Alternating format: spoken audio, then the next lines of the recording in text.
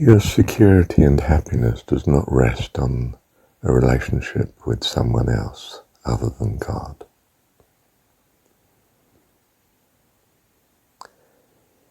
And to some extent, those that are children of God, but children are pretty unreliable in many ways. In some ways they are very reliable, of course. But don't think that your happiness and security rests on them. You may be, for instance, perfectly happily married and have been for a long time, but of course your partner can die and suddenly you're alone from the physical perspective. If you don't have God at such a time, then the grieving and bereavement is, well, something to be managed, isn't it? Could be long, depending on what else happens to you, whether God comes to the rescue in what sort of ways. But your happiness and security rests on God. The rest is all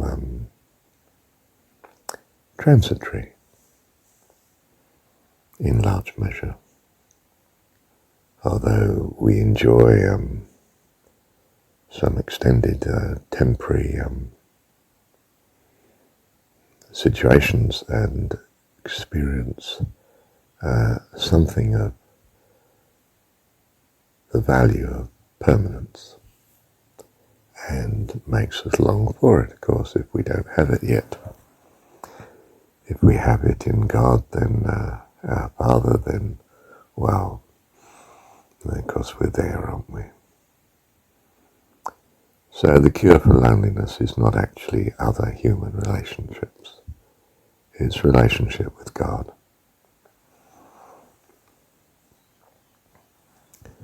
But we are social creatures, and we find much blessing in contact with others, and much trial, of course, as well. But of course that's part of the training of living, isn't it? The more godly other people are, then the less trial it is. And the more godly we are, the less trial other people are too. Okay, I'm adding here a bit later, a few days later. Well, loneliness drives us to God, doesn't it? Isolation. Isolation drives us to hunt around, to have good contacts with other people. Perhaps other children of God. Perhaps a mate, partner in life. But the impermanence of all these relationships drives us to seek God, so that our soul cries out, so that our mind envisages God. We start to seek, we want God to exist. Wonderful, isn't it? I lost my beloved when I was a secular person, and I didn't lose them, I gave them away in my heart because I felt she loved someone else, and well, then that's where she's going to be happiest, isn't it? And I love her and I want her to be happy and all good. And I realized I understood love, something fundamental in love, to truly want another person's welfare and to act accordingly. It was a bit self-effacing, you might say, and well, you can't live like that, you're going to end up dead. And the answer is yes, you're absolutely right. You become dead to self and alive, wanting God to be and to exist, And I thought, well, that's strange. I've never wanted God to exist before. Was it that I wanted the permanence of God? Was it that I wanted the loveliness of God? Was it that I just wanted to be thankful to God that he had to exist for me to do that? Because I was flying, I was not wretched. I'd not lost. I'd given her away. I'd given her into the joy that I wanted her to have. Therefore now I was not only in love, but knowing that my loved one was in the best place.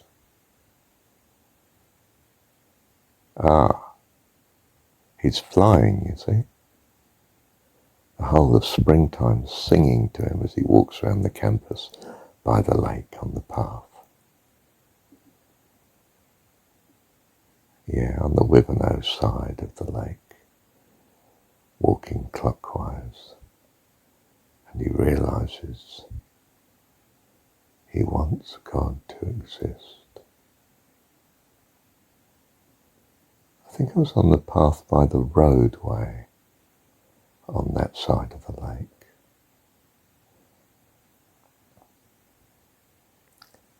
What an amazing thing God had done in me.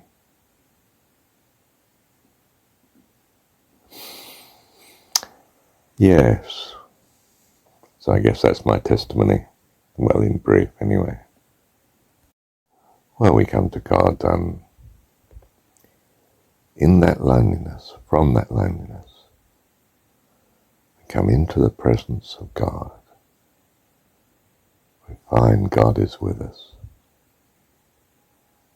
Wonderful. Absolutely wonderful. And I was high for I don't know how many days, a week and a half, 10 days. I mean, I didn't come down. I was alone and not alone, you see. And I was amazed on reflection afterwards that I hadn't felt lonely at all, because I'd been totally absorbed in thinking of God and being with God and feeling God's presence. I had a grin all over my face too, full of joy, full of peace, full of hope, full of the goodness of God.